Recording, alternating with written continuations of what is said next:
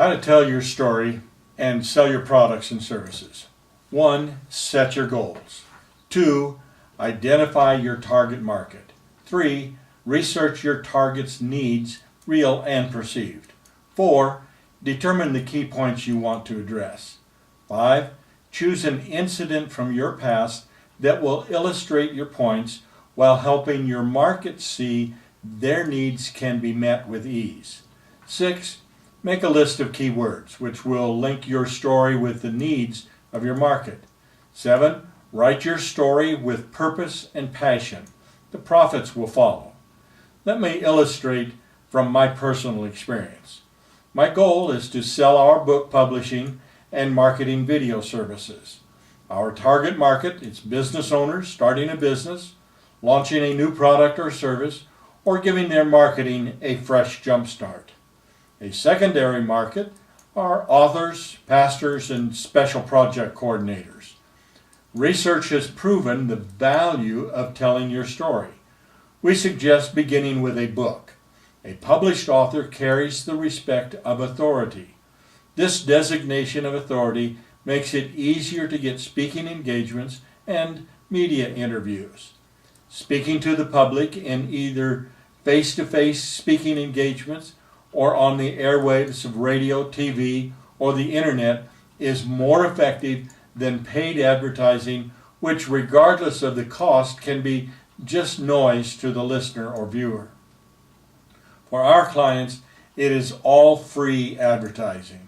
The real key is the perception of the viewer-listener who sees the third-party interviewer as an implied endorser of your product or service. The face-to-face speaking engagements are powerful because the audience can feel a personal attachment to you. They will purchase your books or videos and ask for an autograph or even a picture with you at the event. A video of your interview can be posted on YouTube and other social media sites. YouTube claims 4 billion views per day from their base of 1 billion users. A survey I read recently claims that only 9% of business owners post video on YouTube. Can you hear the bells of opportunity ringing?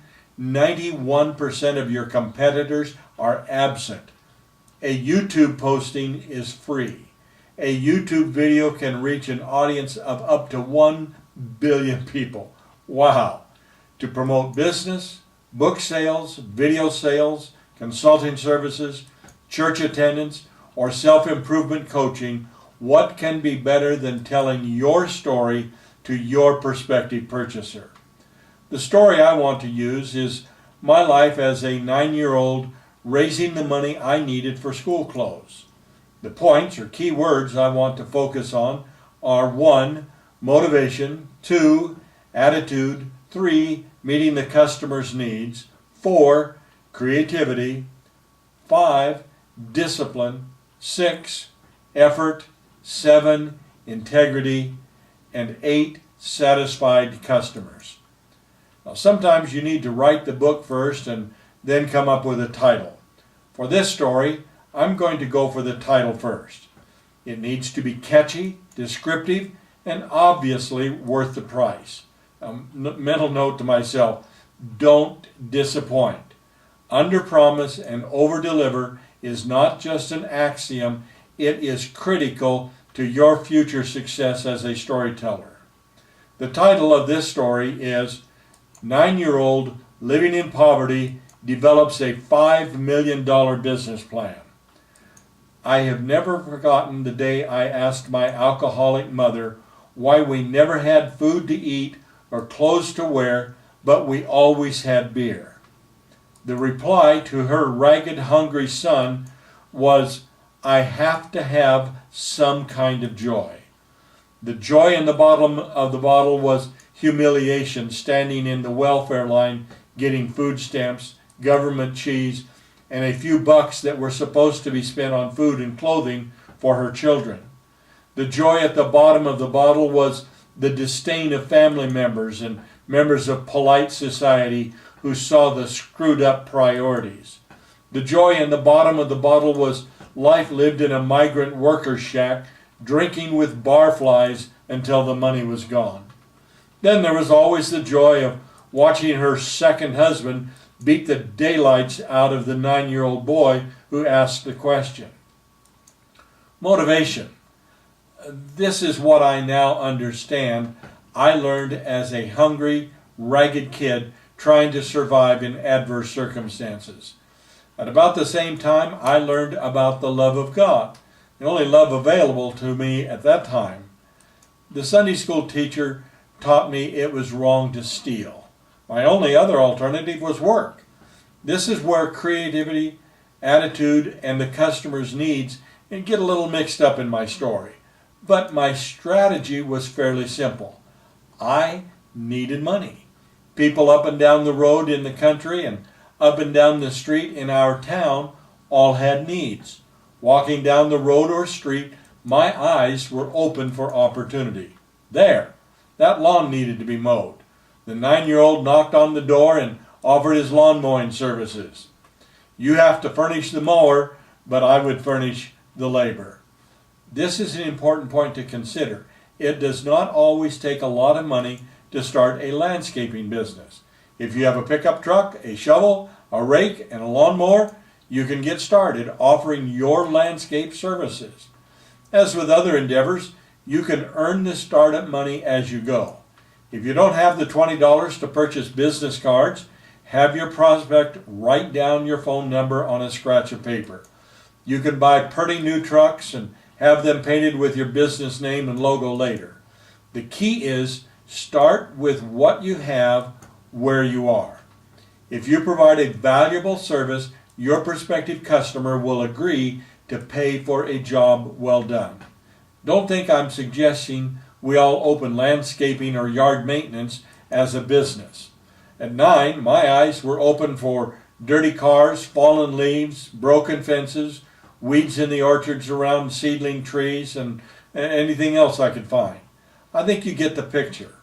Although I had, at that time, never heard of Dr. Norman Vincent Peale, the author of The Power of Positive Thinking, much less his wife, Ruth Stafford Peale, who said, "Find a need and fill it," that was exactly what I was doing, looking for a need to fill. Living with alcoholics, the only positive thinking I received was from my Sunday school teacher who talked about God who could answer prayer. I did a lot of praying, and I disciplined myself to go looking for work when the other kids were playing tag football or whatever. My success at age 9 was hardly what we would call a success today. I watched a Steve Harvey show last night where he interviewed 3 20-year-olds who had amassed a net worth of $1 million or more. In my case, the seed of success was planted.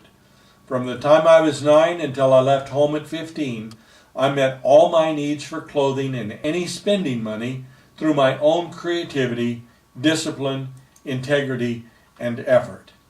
After I left home, I also took care of room and board, transportation, education, and later building a home for my wife and children. What about the $5 million in the title of this story? Now, there are a lot of other stories in between, but I was pretty well there when I lost it all at age 59. We had just finished building our dream home in a private gated community that had everything I had dreamed of and a whole lot more. Roman arches, pillars, marble floors, heated pool, library. Well, you get the picture. The business was progressing toward the culmination of a multi-million-dollar deal which would secure our retirement. And then it all went up in the air or down the drain, however you want to look at it. Within a few weeks, the house was gone, the office was closed, the cars were gone, and I was 50 years older than the 9-year-old kid who learned about success strategies. As you can imagine, that 50 years was full of other illustrations. I sold insurance, real estate, businesses, as well as owning and operating my own business enterprises.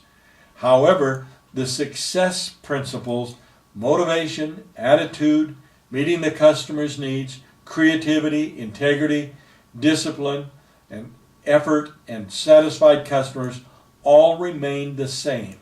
So I did what I had done 50 years earlier. I looked for the need. I knew that hairstylists and barbers needed scissors sharpened. So I did whatever I had to do to get a sharpening machine. Then it was up and down the streets, the same as the 9-year-old boy had done. This time I was going to the salons and barbershops to sharpen scissors. I soon discovered the industry had changed. The design of hair cutting scissors had changed, and the sharpening industry had not. The short version of this story was I invented a sharpening system and built that $5 million company with the techniques I learned 50 years earlier. In the past 10 years, we've been able to help a whole bunch of people solve their financial needs with a company inspired by the need of a 9-year-old kid living with alcoholic parents on the wrong side of the tracks. What's your story? The best stories are the hardest to tell because they can be humbling and difficult to open up about. But those are the stories that have the power to change people's lives. If you want to know more about building a business, growing a church, or taking your consulting business to the next level, give me a call. I will do the best I can to share the success secrets learned by the 9-year-old son of an alcoholic living in a migrant worker shack. Call American Hope at 855-574-HOPE. That's 855-574-4673.